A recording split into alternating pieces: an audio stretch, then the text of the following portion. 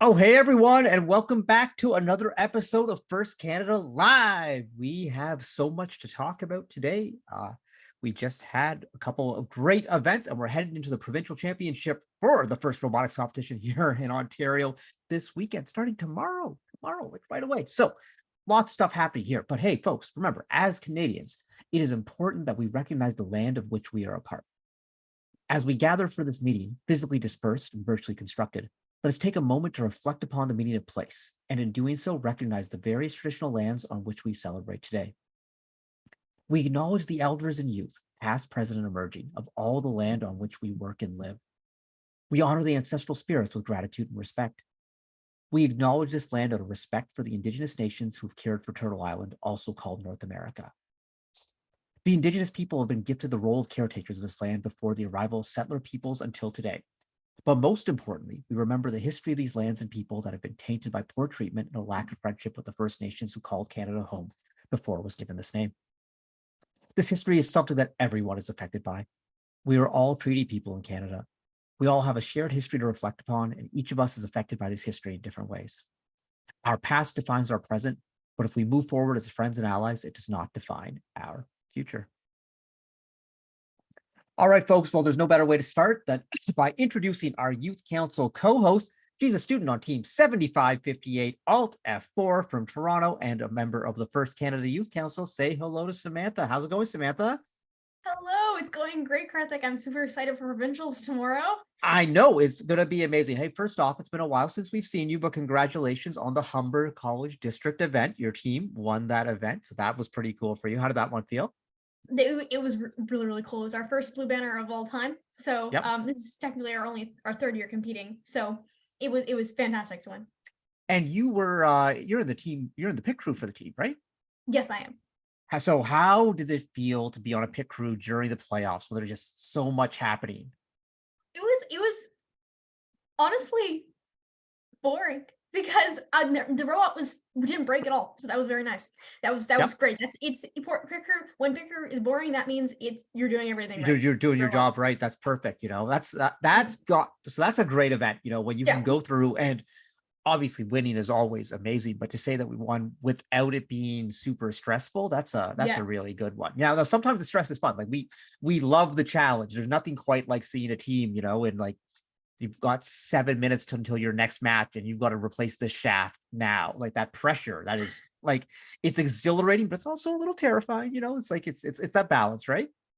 Yeah, that was for us at Newmarket where Yeah. we had a problem before our second last match, and then it was the stress trying to fix it before it's like when our piston just like snapped, so we had to replace it. So Yeah, but you learn so much in those moments. You learn so much about yourself. You learn so much about your team, your teammates, and the teamwork really comes into play. We talk about teamwork as this concept, like, oh, every team needs teamwork to succeed, but you really, really see it in those frantic moments, and it's really cool to see teams come together that way.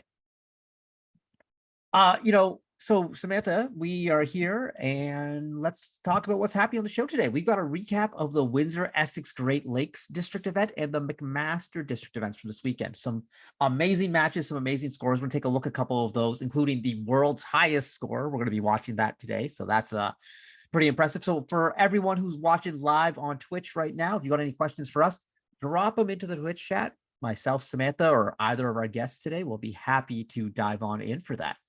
And before we head on into our news updates, I think it's time for the Youth Council Wellness Moment. And this is one that's come up a few times with our Youth Council. But Samantha, why don't you tell us about the importance of taking care of your wellness at events this season? so I just like so tomorrow is the beginning of our provincial competition. So I just want to reiterate. I know you said it's been said on several segments before, but I just want to reiterate the importance of the quiet rooms. And events can be incredibly stressful, so it is really important sometimes to just step back and take a break, go to one of the quiet rooms, just get away from all the noise and the stress for a bit, and then come back refreshed and ready to go.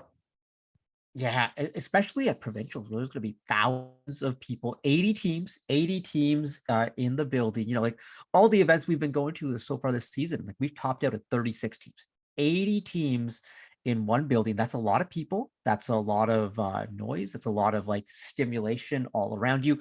Two fields alternating back and forth, a lot of big AV, loud sounds. quiet room could be really refreshing. So I recommend that if you need to take a break, just go take a break in the quiet room. It's a good place. Or if the quiet room isn't your sort of jam, just take a break somewhere. Just take a moment to yourself.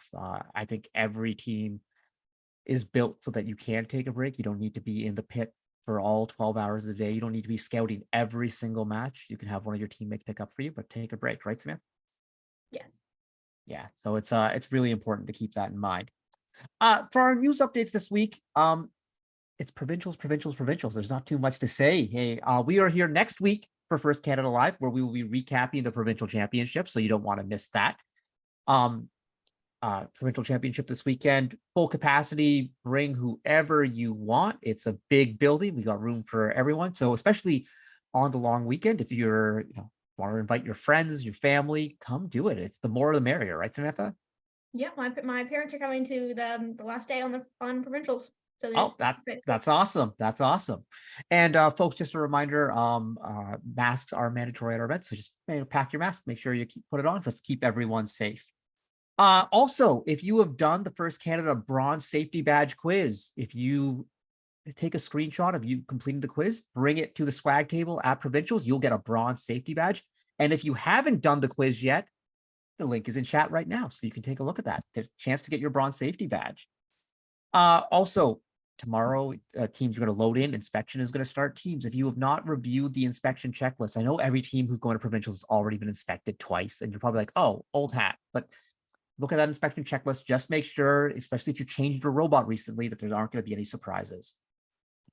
And if you want to find out more information about provincials, there's lots of information being posted every day on the Ontario Team Slack. So you might want to take a join in there. Link is going into chat. And then, of course, for all our First Canada alumni and grade 12s who are about to become alumni, join the First Canada Alumni LinkedIn group. Link is going to the chat. And also, Samantha, did you hear there's going to be an alumni social on Thursday at, I believe, 6:45? Are you coming to that? I hope so. Yeah, I am. Yeah, I'm pumped for it. It's just gonna be it's gonna be a good time. We got some guest speakers. I don't want to spoil the surprise, but this guest speaker recently sent something into outer space. So we're talking about a First Canada alum who sent something to outer space. So that's pretty cool, right? So you're pumped already. That's awesome. There's going to be some special swag. There's going to be some refreshments, some snacks. You can't go wrong with snacks, And it's going to be a good time. So I'm going to be there. All of you should join. It's going to be a blast. So let's not waste any other time. We're going to jump into our week 5 charged up discussion. So we'll be back in just a quick moment.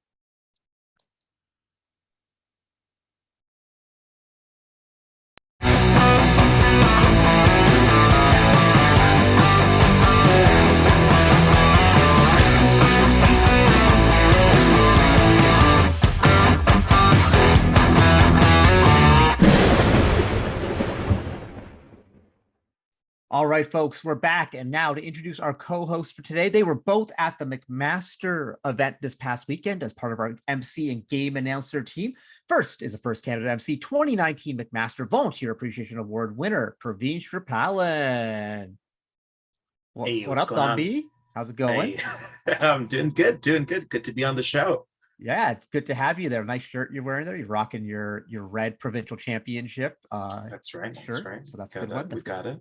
We got a 2022-23 version to wear on this Saturday. It's going to be pretty cool. Mm-hmm. Also was at the McMaster event and also one of our MCs and game announcers for this weekend at the provincial championship, First Canada alum and alum of the First Canada Youth Council, Emily Forster. Oh, hey, Garthik. There you are, Emily. Welcome back. So for many of you may not know this, but Emily was the first ever co-host on First Canada Live. Wait, you were back in 2020 when Emily was on the youth council, much like Samantha is now. So that was pretty cool. How are you doing, Emily? I'm doing pretty good. How are you? Good. Are you recovered from McMaster? Just about. Yeah, it's my voice was completely gone yesterday. Well, get that voice ready because we need it this weekend. We need it this weekend. Worry. I'll be good by Thursday. There we go. Well, qualification matches start on Thursday. It's wild. Okay, I don't want to talk too much about provincials. We're here to recap what happened, and then we'll weave in some provincials talk because I think it's just natural. It's on the tip of everyone's tongue. So my first question for everyone is, what impressed you the most about this weekend's events? Maybe we'll start with Praveen. Yeah, I mean, I think there's a kind of one thing on my mind, and I think we talked about it in a previous recap. We were talking about how these teams are just filling up the grid. They're filling up that scoreboard. It's really impressive to see how early people are getting it down. Seeing the balances, and so the thing I want to highlight specifically is having 2 matches where we filled the grid. 3. 3 matches. 3 matches. Is it 3? Oh my gosh, It I was must 3. have missed one. Okay, look, there we go. It's 3 matches filling the grid. Kind of blows No you other away. event in the world has done that, by the way. No other event in the world has filled the grid 3 times. There you go.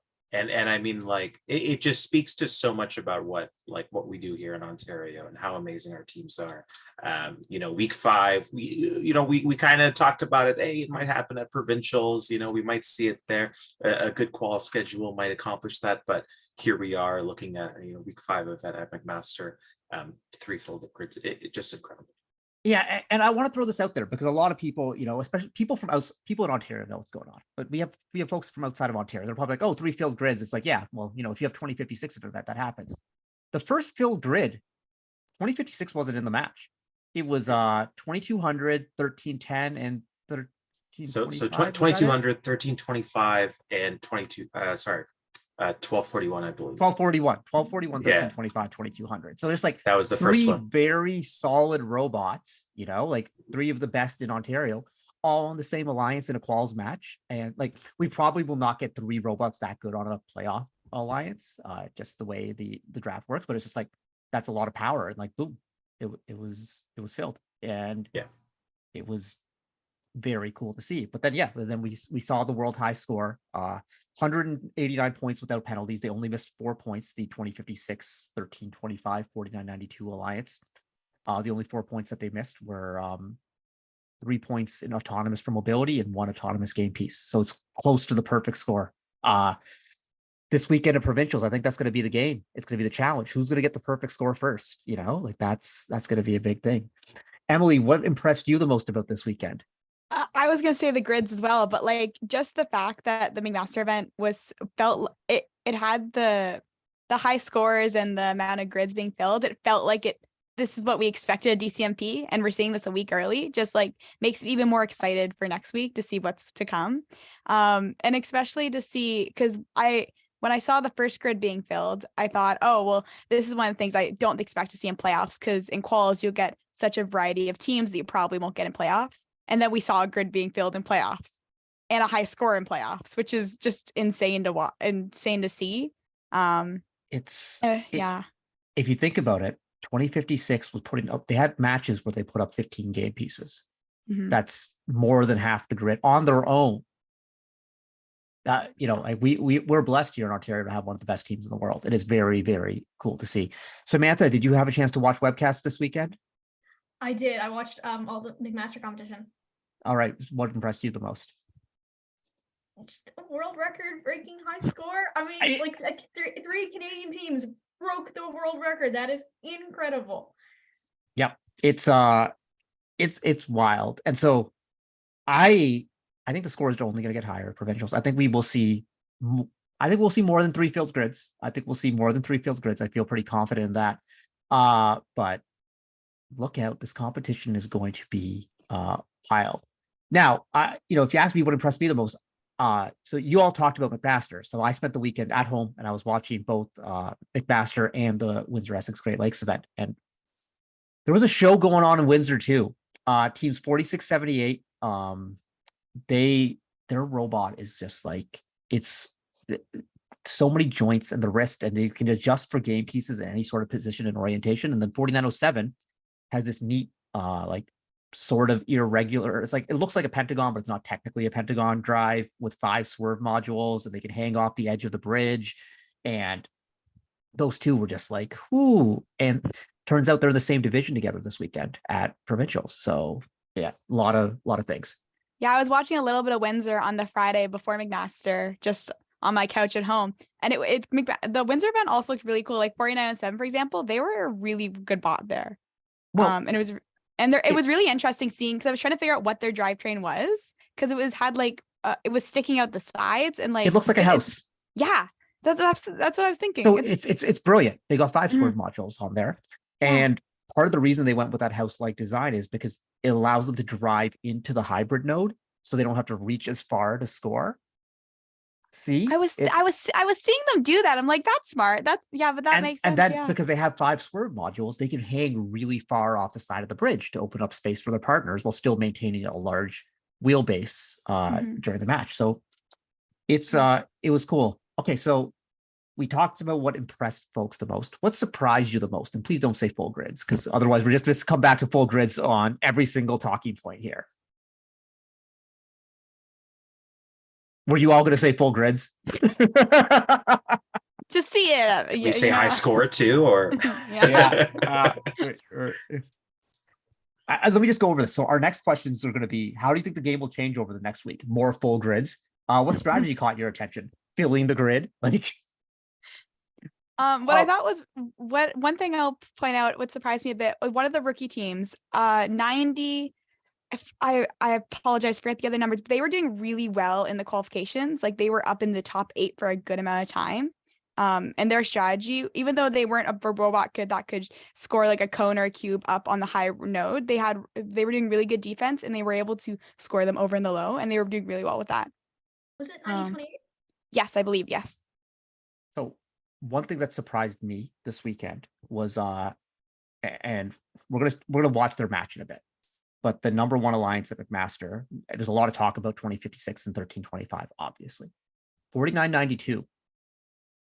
They did the balance in auto, not 2056, not 1325. This is the 3rd robot that was doing the balance in auto, and scored in some matches 3 game pieces in Teleon, plus a game piece in auto. So early on, we were always seeing that it was 2 offense, 1 defense. And now we suddenly saw 3 offense. And if teams are going to start playing 3 offense, and you can get a robot that can score 4, 5, 6 game pieces, suddenly the number 4, 5, 6 alliance might be able to fill a grid. Like, it's a real different dynamic when you, like, you know, well, let's look at we talked about Waterloo last week. We saw 1114 and 3683. They kept coming about like 3, 4 game pieces short of a grid. One more robot does that for you. And then it's so like, what happens then, folks? And that takes a lot of coordination too, right? I mean, we've talked about people balancing on the charging station. You know, you start seeing teams immediately as they know their next partners. They go off and they practice on that bridge. But to be cycling back from the loading zone to go around each other, I think you know, something that kind of spread me at McMaster, and I think Emily, you'll have the best perspective on this, but I thought I saw less defense than I did at the Western event when I was there. And of course, particularly that's because, you know, you have that 4992 playing offense. And so of course, that amazing pick by First Alliance there to get that, because obviously we saw how that contributed to the game. Mm-hmm. The defense one's interesting because you know, and Samantha, I'm sure you can speak to this. There's so many robots like 7558 out there who are just so fast and have perfected the spin move that it's like sometimes you see these tank drive defense robots trying to slow down a swerve bot, and the swerve bot kind of drives into them. And before, you know, if there was a tank drive, they would have to try and push through them or go whatever. They just spin, you know, and like we talked about it last week, Praveen, you know, hit the circle button and then go. See, I remembered. You know, hit the circle button and go. And so like defense is really hard in this game. And it's also hard to play defense without taking fouls. So yeah, that's the big one. That's the big one, right? Yeah. I was for sure seeing a lot of teams trying to do defense against team like 2056 or other teams that have a really good swerve drive, and they'd have to, and any defense that was effective was like 2 robots like in line stopping them, because or else the swerve drive just like spins around them and like it doesn't even slow them down. Which means there's a new strategy that needs to be found for defense for swerve bot, or no more defense. So, someone has to unlock it, and I don't think it's been unlocked yet. In California, if you want to go on the Blue Alliance search team 1138, I think it was the playoffs of one of their earlier events. They had a little bit of success slowing folks down, but they were a swerve bot. You know, and about 50% of the robots in the world this year, based on it's an approximation based on a sampling of events weeks 1 and week 2, are swerve drives now.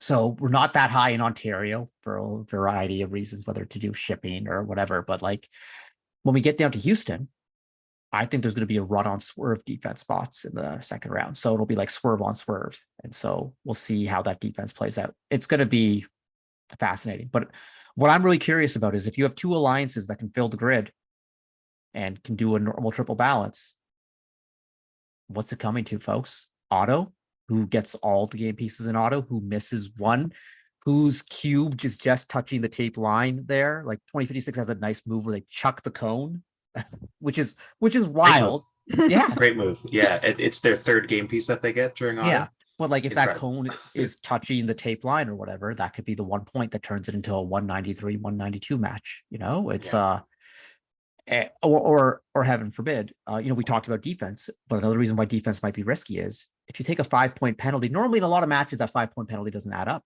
But if the matches are going to be this close, we're talking about the differences 1 point in auto here or there, or a missed 3-point mobility bonus. Penalties can be the game changer. So I don't know. Yeah. Well, Samantha, what do you think about all this? I don't know, like I've seen ties before in like Vex and things like that. I've seen like ties in FRC, but they're not as common and never like a perfect score tie. So I don't know if it's just like this particular game, but I'm kind of excited to see it, kind of terrified, but I think it would be very cool to see like what it actually comes down to. Well, this is the first FRC game in decades that's actually had a perfect score. Like you have to go back to 2011 to get a perfect score. But even in 2011, both alliances couldn't get the perfect score because there was some shared objects. There was the mini bot race. So this is the first time where there's been a chance for that perfect score, and a reasonable chance as well. Like we're close. Like, we saw an alliance hit 189. So it's, 2 weeks before the championship. So it's definitely, I'm not going to say it's definitely going to happen, but the possibility is there for a 193. And at the provincial championship, where we have 80 of the best teams in the province competing, and so then like the 48 top teams in the playoffs, especially because this game has now shown that 3 offense can be a thing. This is one of the threads we're going to be following all weekend long. I know this is a week 5 wrap up, and I know it's turning into a provincials preview, but like you can't dance around it. Can't right? avoid it at all, right? Mhm. No, Yeah. not at all. And of course, it's going to come down to strategies. It's going to come down to practice.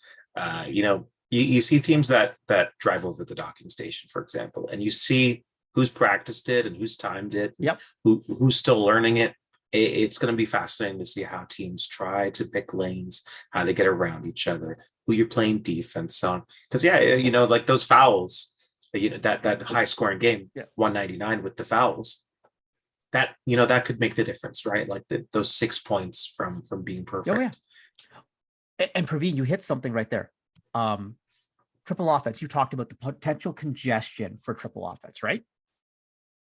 How do you break that congestion? Well, there's 3 paths into the community. However, most teams avoid the path over the charge station like the plague. Heck, a lot of teams avoid the path over the cable protector like the plague. There's a lot of people that don't like the plague. Plague was not a good thing. You just kind of want to avoid it. Yersinia pestis, rats and whatever. It was awful. Devastated Europe. It's a good history lesson. Yeah. We just kind of what we do here. Just That's what we learned on First Canada Live. Plague is bad, but using all the lanes is good. So teams, maybe that's going to be the demonstrated skill, that you can consistently cycle over the charge station and not lose too much speed and, not damage your robot. Because I know some teams coming off that, like Samantha does on Alta 4. Do you feel comfortable going over? No, I've seen a head shaking. No, we avoid the charge station like the plague. Okay, there you go. See right there. But then you see others, because I saw 2056 utilize it really well. They just kind of traversed it or whatever. So that's when they need to, it's an option open to them. Absolutely. And and then you see other folks that they're tippy, so they always go around. We got a question in chat here. Interesting to me that 6854 is a double finalist after a very, very rough first event in 2019. Underdog team or dumb luck? I don't think it's dumb luck. I think we've seen a couple teams. So 6854 double finalist this year. 5596 has won 2 events this year as the second pick, and there is a skill to being the second pick on an alliance. You have to be able to be able to play that properly, and part of that skill is you need to be compatible to what the other 2 robots want. and some teams have demonstrated the ability to be very good at that over the years. And 6854 has been doing great with that this year. And so it's not a surprise. And also, when you do it once, other teams are kind of like, oh, well, I saw them do it at the first event. Maybe we should try it here. So that one's really interesting. So I think it's very easy to start building a rapport with teams, you know, Yeah. that are alliance captains, and they want to work with you when you have a good reputation like that. Yeah, no, so I definitely wouldn't call it dumb luck. And it's hard to call them an underdog now because people know that it's like, oh yeah, this is a team that knows how to get to the finals. They, you know, they're doing the right things. You know, they're clogging the lanes and stuff. And you know, as Greg from 2609 saying in chat, they had a 2-cube auto as well. Well, like, you know, that's pretty good, useful to have. So it's going to be really interesting. Shifting gears here from our full grids and the plague. Emily and Praveen, because you were both at events this weekend, one moment of gracious professionalism that really impressed you from the weekend. It's a good one. It's a good one. I got to think about this one.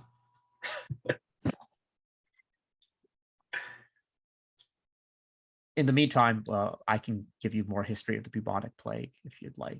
Absolutely. I think that's important history. Maybe this will be our alliance selection time killer this week. I did hear you sing the Jeopardy song, Praveen. Did you enjoy it? Did not. Okay. No, I'm kidding. I'll take that. I'll take that note personally. I will say that the game announcers behind the scene were confused because it felt like you were off beat a little bit there. I went with my own rendition there. Yeah, it was like a Praveen special. The Praveen special. Okay. Didn't want to get hit with like a content warning, you know. Yeah. Thank you for not keeping that from getting taken down right there. You know, I liked it when you were like, "Hey, folks, the song's over. Like that's it. It's over." You know. Yeah, but because people started clapping and then they slowly shifted it to the, you know, like the fast clap, you know, to get it going. It was good. It was good. We had a great audience during Alliance. Hey, this week we're doing a double alliance selection. We're doing 2 alliance selections intertwined, interlaced. Yeah, I know. So that's going to be good. Hey, you two, I still asked you about a moment of gracious professionalism. Focus up here. Yeah. Easy to get distracted. Emily? I don't think I was on the field all the time, so I didn't get to really see teams specifically, but that were like off the field in the pits and such. But it seemed like teams were just really good sports over the weekend. And like just really compliant with each other. We had a few rematches that had to be done because of field faults, and teams are all willing to do rematches and it was replays, sorry. And overall it was just felt like the teams were just really everyone's really like gracious to each other during competitions and such from what I saw. Praveen, I'm holding out for you. Yeah. And so like I get it, folks. This is a hard question because gracious professionalism is so embedded in everything at the event. So it's like it's almost like it's everywhere, so you don't even notice it. It'd be like, tell me about a cool looking raindrop you saw today. It's like, I got one. Oh, you saw it. There you go. Okay, Is it a raindrop or a gracious professionalism story? Gracious professionalism, but okay. So I didn't even think about this. So 2386, they were cheering like crazy loud for their team. And sometimes they were cheering so loud they were cheering for the other teams, which was just really awesome. And they're like, you could not hear anything else other than them, but they were cheering for like their whole team. They were yelling people's names out. And I sound like they were cheering for the whole alliance too, which was really nice. And I really enjoy when teams are not only just like on their team, but like cheering for the other people on their alliances as well. Yeah, that's okay. So now I'm just building off of you now because I'm just copying you here. But no, there was a team opposite of 2386 that was just near us on the scoring side. And I don't think it was 1310, but at first I thought it was, 1310 moved where they were sitting. And no, it's just a team cheering for 1310 because they're all working together on an alliance. It's that crowd was so loud and just so enthusiastic about so many of the games that we were having. And you're right, like going back to your first point too, we did have a few field faults and delays and some replays that had to happen. And that can always really suck the air out of the building, right? Like, yeah, it's long, you know, the day's long. People have been sitting there for a long time watching a lot of the games. It's good to always hear the energy from the crowd. You know, a lot of these GP moments, they also happen really like in the pits and off the field, I think the most too. But field side, I think that's what we noticed the most. All right, folks. That was a great discussion. I'm even more pumped for provincials, but we're going to come back and we're going to talk specifically about the Windsor Essex Great Lakes event after a word from one of our sponsors, Centerline.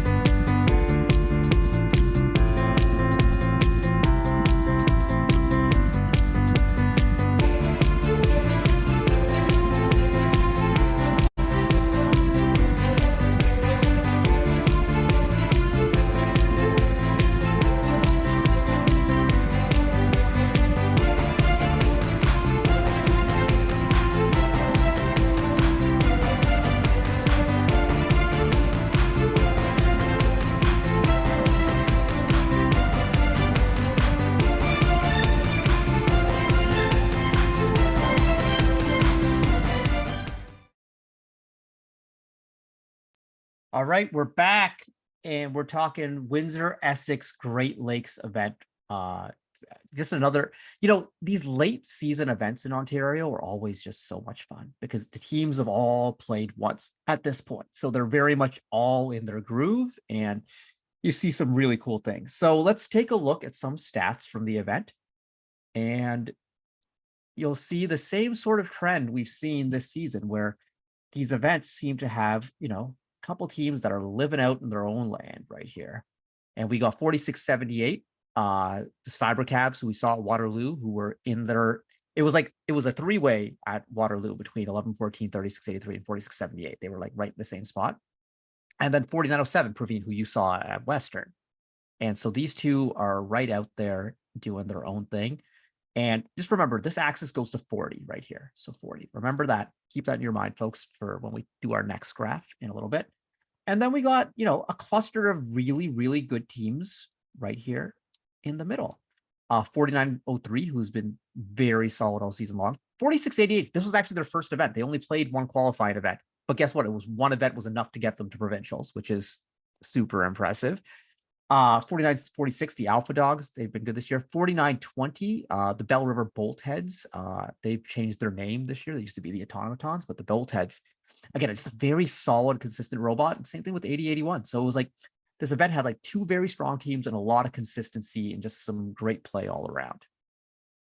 So let's jump away and jump into the match we're going to look at. And so I want to ask, first off, Praveen, Emily, Samantha, have you seen Finals 2 from Windsor yet? I have Did not get a chance. Okay, it's good. Okay, so all of you are new to this. So I want your live reactions as this is happening. Okay. Mhm. All right. So on the Red Alliance, we've got the number one alliance, teams 4678, the Cybercaps, 4907, the Thunder Stamps, otherwise known as the jumping robot of last year, and team 5596. And on the Blue Alliance, we got team 5024, 4688, and 5885. And they're already moving in autonomous mode. And so watch 4678, they go one and then they go onto the bridge and just miss the balance. Well, 5024 has got the balance on right away. And here they go. So Praveen, Emily, anything that you see that jumps out at you, please jump in here. I mean, loved it. First time seeing the Cybercaps robot here. It's wonderful to see. Yeah, just the action, all the movement of the arm and the wrist, and just wait till you see they always they're a team that they're a team that's always building a complicated tool too. It looks great. Just the speed between with the Blue Alliance, with the teams going back and forth from the substation to the community is really impressive. Getting two robots that can do that effectively is really good. So I wish we could get a close up of that 4907 when they rotate the game piece, but they just kind of twist it around. So see how it just twisted. Wow. And then you see 4907, the way ability, watch them turn, and they go right into the hybrid node. You see that? So now they don't have to reach out as far. So 4907 always makes the most unique robots every year, from the jumping robot to 5 swerve drive. It is they're one of the robots I'm the most excited to see every year. Yeah, and one year they had the circle bumpers. Another year they had the suction cup, the giant suction cup. Like it's, I love that team. Funniest moment of the weekend for me was, I'll tell it after the match. I don't want to distract from this. Just go like talking random stuff. But look, and then 4907 can go sideways over the charge station, and like that grid's, they're filling here. Like it's not full, but they're moving really quickly. And then the Blue Alliance, 5024, really solid. Again, you see him crossing over the charge station. But 4678, they just blow me away. There is a lot of automation on that robot. I can't see quite well in the corner, but are they picking up the cones sideways off the ground and then Yeah, they just can twisting them? They can do That's that. really useful. So Emily, they can pick it up in any orientation. So I'll talk about as we see the balances coming, trying to get their balance, and they get it, which is a really nice thing. Because 4678, they just struggled a little bit with this in Waterloo a little bit, but nailed it right here. And that's a very clean 150 points. Very clean. 7 spots open on the grid still.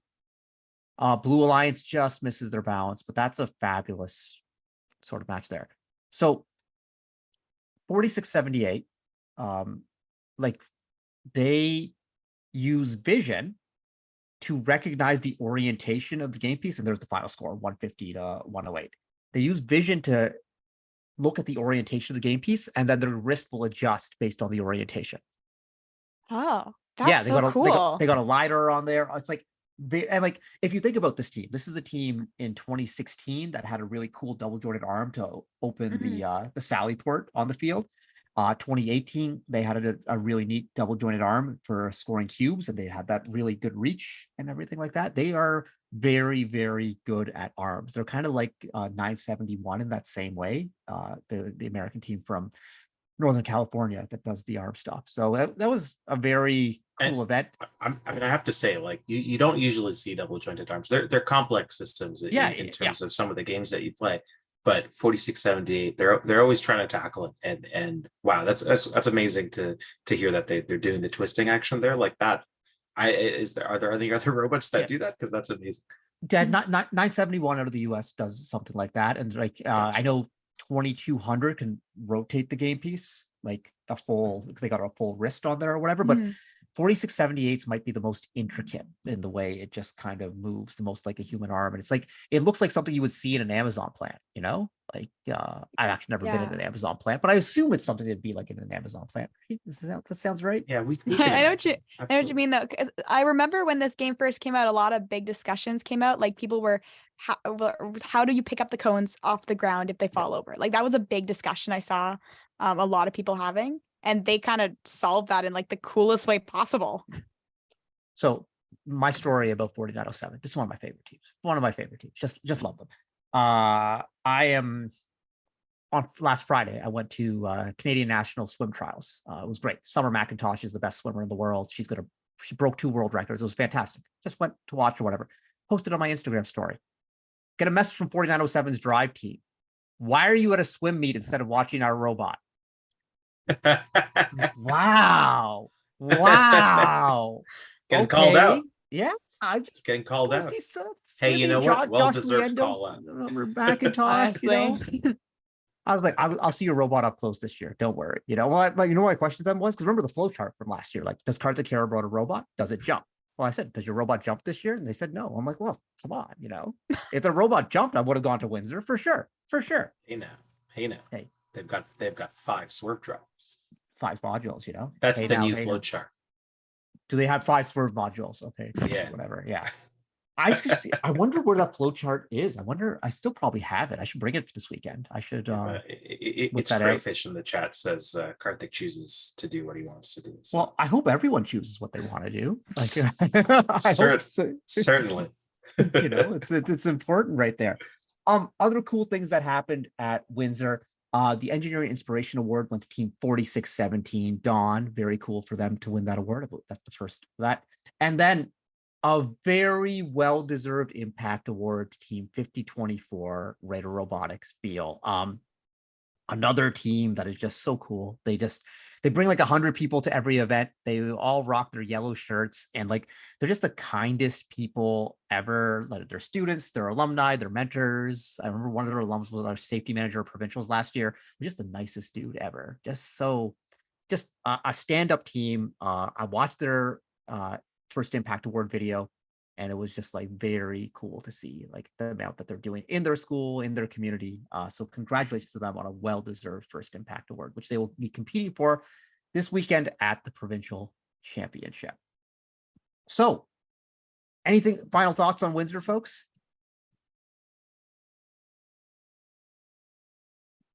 Praveen, if I say two words to you, Yersinia pestis. You know what that is? City of Pestis. Yersinia pestis. Is this what the official name for the bubonic plague is? It's the bacteria that causes the plague. Yeah. Ah, there we go. Look at that. Oh, we're learning. Yeah. First Canada Live. We got event recaps and plague facts. We've done Duncan facts before. We'll do plague facts. Let's make this a routine segment. Plague facts. Plague facts. We'll bring it out of provincials, you know? All right. All right, folks, we're going to be back after a word from one of our sponsors, McMaster University.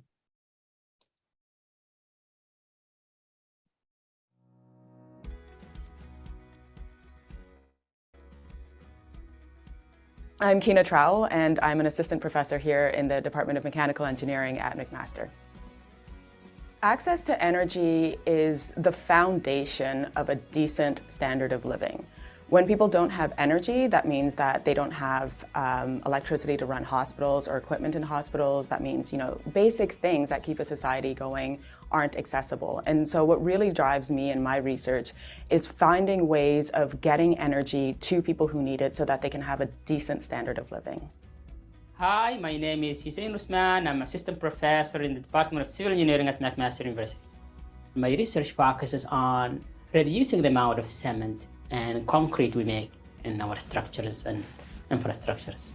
What inspires me in my work is teaching the next generation leaders of civil infrastructure.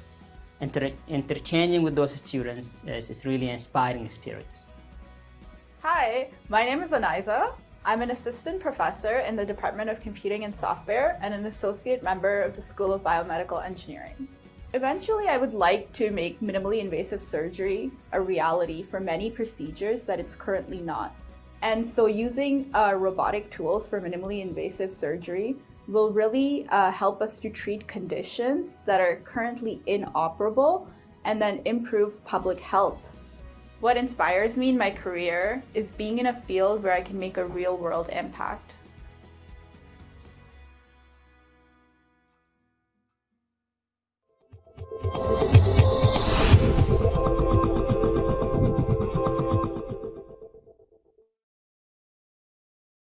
All right. Hey, here we're back.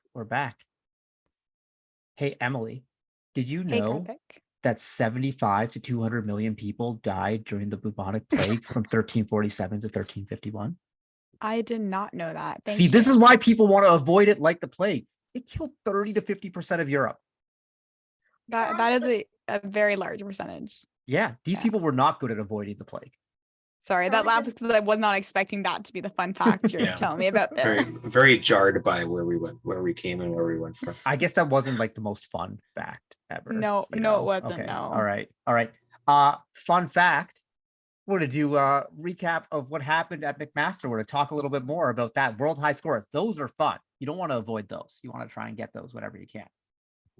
So we've already talked a little bit about this event. There was a lot going on here, but I know when we start this match, we're going to talk a lot about the Red Alliance, the number one alliance. But before we do that, let's take a look at these stats and see what we got here. And folks, okay, remember I said, I'm going to get my pen out here. I said our last graph went to 40.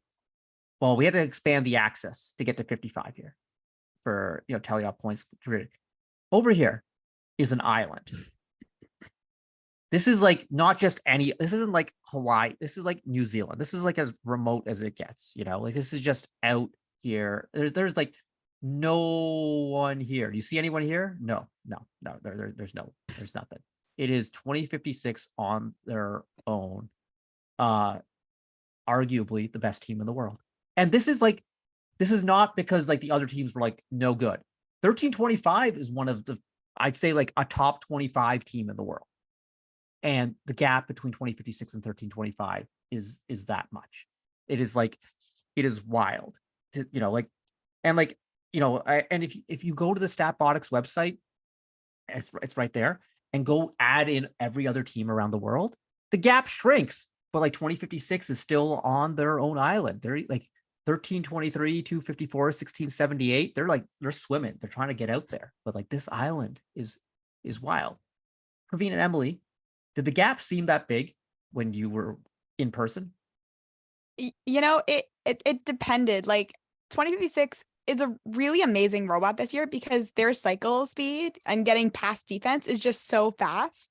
But even like 1325 on their alliance, they were with them. They were going back and forth between the substation to the community really fast.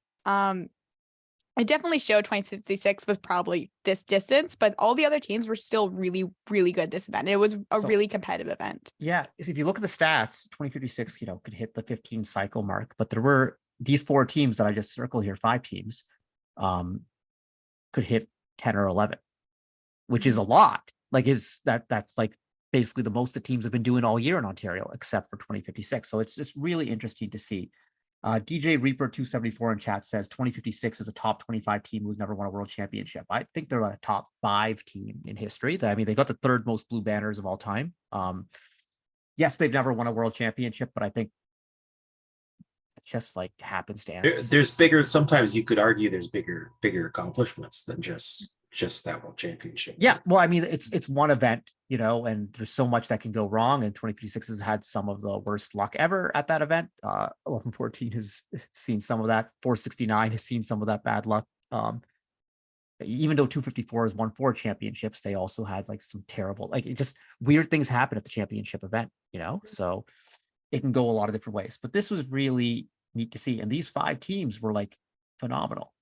So I think to kind of add to your question there, I mean, like was the gap obvious? You'd kind of see teams trying to make the most of every second that they have in a match, but 2056 always seemed to manage to create a gulf in between where their opponent's score was and where their score was. And I mean that that gulf, it accounts for any teammate that you have, right? Whether or not you have other teammates who can score. And so, that's why they went 12-0, right? Like that's why they were 12-0 in quals. And more than that, Praveen, they had the ability to get the ranking point on their own. They could do 15 game pieces, 5 links, or if the co-op comes in 4, so like that's a powerful one to know that, hey, no matter what happens in this match, we can make sure we get that RP. That's powerful. Because that's like the link RP, I've thought of it all year long as like the collaborative one. Like you can't do it on your own. But right. Apparently you can. Yeah, I definitely during quals for a while they had a 4 RP is like their for a few matches they were just 4 RP. And I think the only time they lost 1 RP was for endgame. Like Charge just station. for Charge station. Yeah. And charge station is the most finicky one because all it takes is for one thing to go in the right. And Samantha, you just made a face there, so I know you've dealt with this one before. One partner or yourself just to slip a little bit, and then it all goes right there. Charge station makes me nervous engaging that thing. It's the link is a little bit more reliable. But hey, so we talked about this world high score enough. Let's watch the match. All right, and let me get my pen out, and we see 2056 up in the top right, top left rather, and so we'll see them go in auto. 1325 is grabbing their second, and look at 4992 slowly working their way up, and they go second, and they come for the third, and they're going to do it right around here. Watch them go and shock. I love that move. Can we pause right here? For a second? Can we pause? All right, okay. I love the little toss. Isn't that cool? And then it's in the lines too. Yep, it's all good. And then now as we start this in teleop, let's watch the speed of this alliance. And then also this blue alliance, 2200 and 5406 are like really, really, really good robots. Good enough to win pretty much almost any event this year. And look how well they play, but how much further ahead the Red Alliance is. And that says something. So let's keep going. You know, in 2056, right away, they can pick up, they can do the short cycles off the ground, another short cycle, or they can go all the way to the loading station. 1325 going to the loading station. 5406. I love the way they just kind of like plop it on. Whoop. It's like a very continuous motion, but like put it on a hat.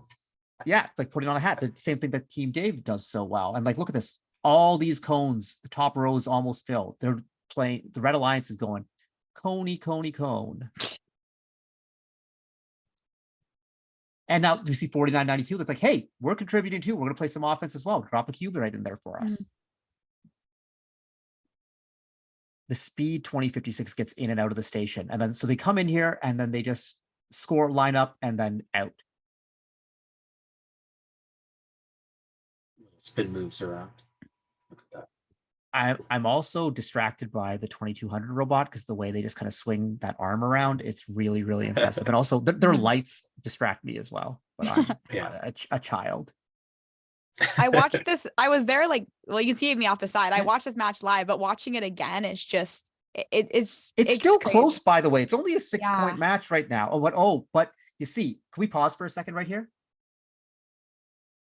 So why did the lead just jump so much there? Well, this is tactics, folks.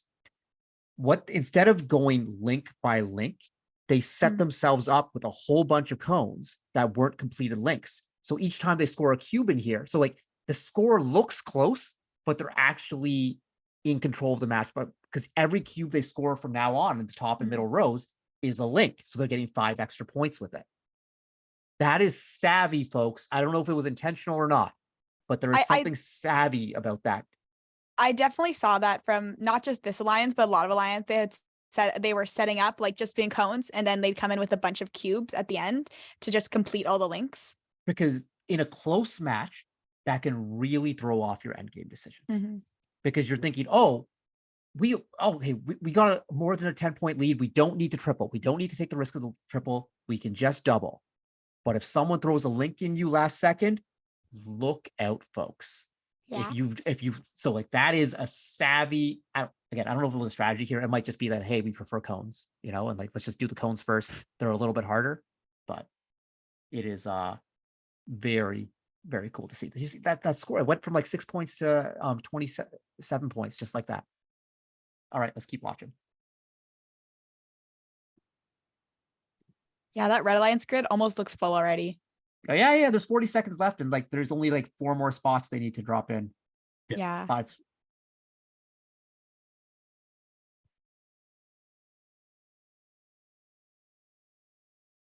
And also, 2056 is one of the few teams that really does a lot of cones low. Most teams prefer to do cubes in the hybrid node.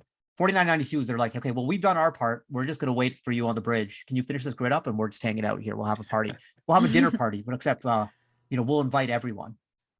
Good idea. Praveen. It's a good idea. You won't get any hate for 4992. 1325 is in there. 2056 drops it in. Full grid, folks. Yeah. And right on the start section with 2 seconds left. Yeah. Art, folks. That's art. So good. Hey, and I don't know if this was on purpose either, because if you look at the charging station there, 1325 and 4992 are hanging off. So it kind of gave 2056 the space to be there as quick as possible. Don't know if that was on purpose, but we were looking at that from the sidelines, just impressed. 199 points, 10 points of penalty. So the actual high score right here, unpenalized, 180. Oh, okay. It's gone. 189. Yeah. Imagine scoring 143 points and losing a match. Yeah. Well, like I was thinking, like that must be like the highest score to get while also losing the match. Like so that. It turns out it isn't. There was like an event. Was there? I think someone did like a 170 and lost. It was Wow. It was wild here. You all talk and I'm gonna look this up. Okay. No, So, but like The Go ahead, Blue Emily. Alliance, they were still like the Alliance 3 was an amazing alliance. I still, yeah, Alliance 1, 2, and 3, they were all like amazing alliances, and they were doing really well against the first alliance. So California, oh, I my brain's breaking right here. 186 to 179 was the final score. Wow. Wow. Not a high score though. I mean, we have them. Yeah. Come to Ontario, guys. Just that is. I should add. I mean, I think 26's average score in qualifications was 145. And so 145. They win finals with 140, like their opponents hitting 140. There's that golf, right? There's that golf, the 2056 golf. Samantha, what division is Alta for in science or technology? We're in technology. You're in technology. So I want to see a race between Alt F4 and 2056 to see which robot is faster, just spitting down the field. It's that there's so many cool potential alliances. We got a couple minutes here, so maybe let's just talk about the division breakdown. So on technology, 2056 is there, team 3683, 7558. Samantha, help me out. Who else is on technology? Actually, I just have a blue 1241, 5406 are all there. So like that is a lot. 2200's there. 2200. So 2056 has already won an event with 2200. They won a division together in 2019, 2456 and 3683. 4476? Pardon? 4476? 4476, the Waffles, who won an event with 7558. So we know these reunion sort of things. Emily, you were on 2056 in 2019 as a student, right? I was. That's right. So you were on that division winning alliance that year Yes. at provincials. Yes, I was. Over on science, look out, folks. 4678 is over there. 4907, 1114, 4039. That is a lot of really strong teams over. There's a lot of chat about the biggest birds. The biggest birds, yes. The Team biggest 1285. birds. Can someone explain to me how Big Bang just became the biggest birds? Yeah, I just saw that just before we started here, and I was really confused.